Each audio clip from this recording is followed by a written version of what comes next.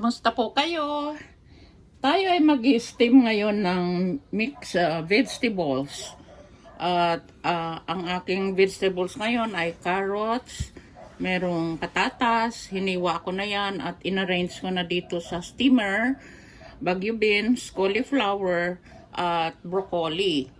So, dito sa steamer ay nagpakulo na ako ng tubig. Meron na yan tubig. So, ilalagay na natin ito para ma-steam.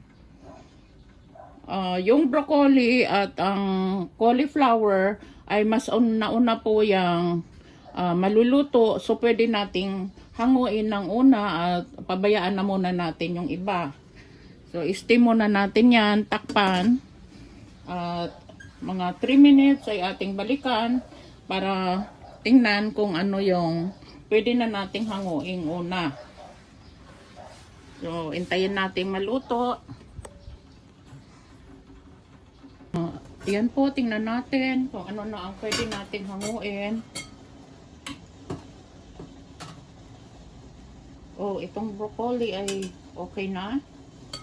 So, ilipat na natin. Tanggalin natin dito.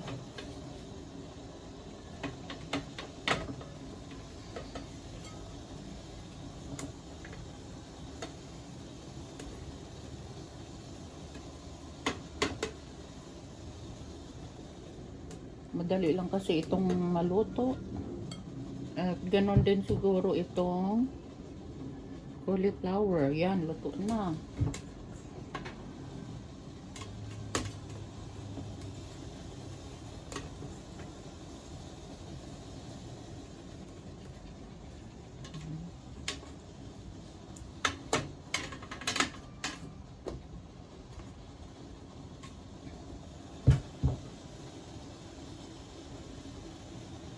Matigas pa itong carrots. Pero pwede na yung beans.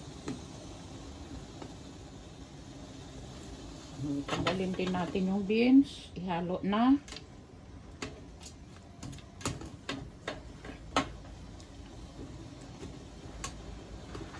Kasi pag hinintay mo yan at hindi mo hanguin tong iba, ay malalata yung iba naman ay matigas pa.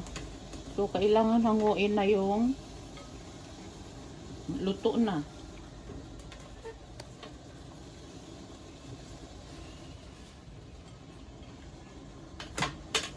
Pabayaan mo na itong iba. Kasi medyo matigas pa. Hintayin natin maluto. Na ang ating lutong sari-saring gulay, mixed vegetables. After na mahango ko yung patatas at carrots, so lalagyan natin siya ngayon ng pamintang durog. I-mix natin yan. Asin. Kunti lang. Kunting seasoning. At of course, ito yung ating pinaka-main na ilalahok. Ang butter. Yan. Iwa lang tayo dito.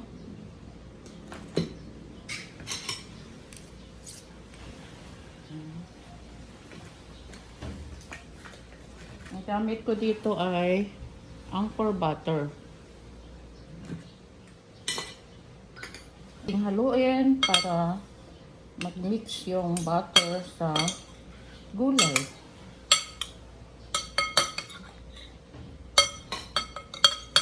Halo-halo lang.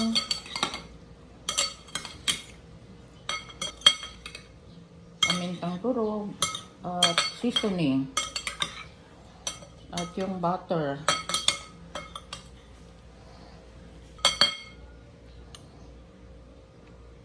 Since mainit pa yung gulay, matutunaw yung butter. Try natin kung ano yung kanyang alat, lasa. Try natin itong broccoli. Tamang-tama. Sarap. Iyan na yung ating mixed vegetables. Kain na po tayo. Ready na po yan.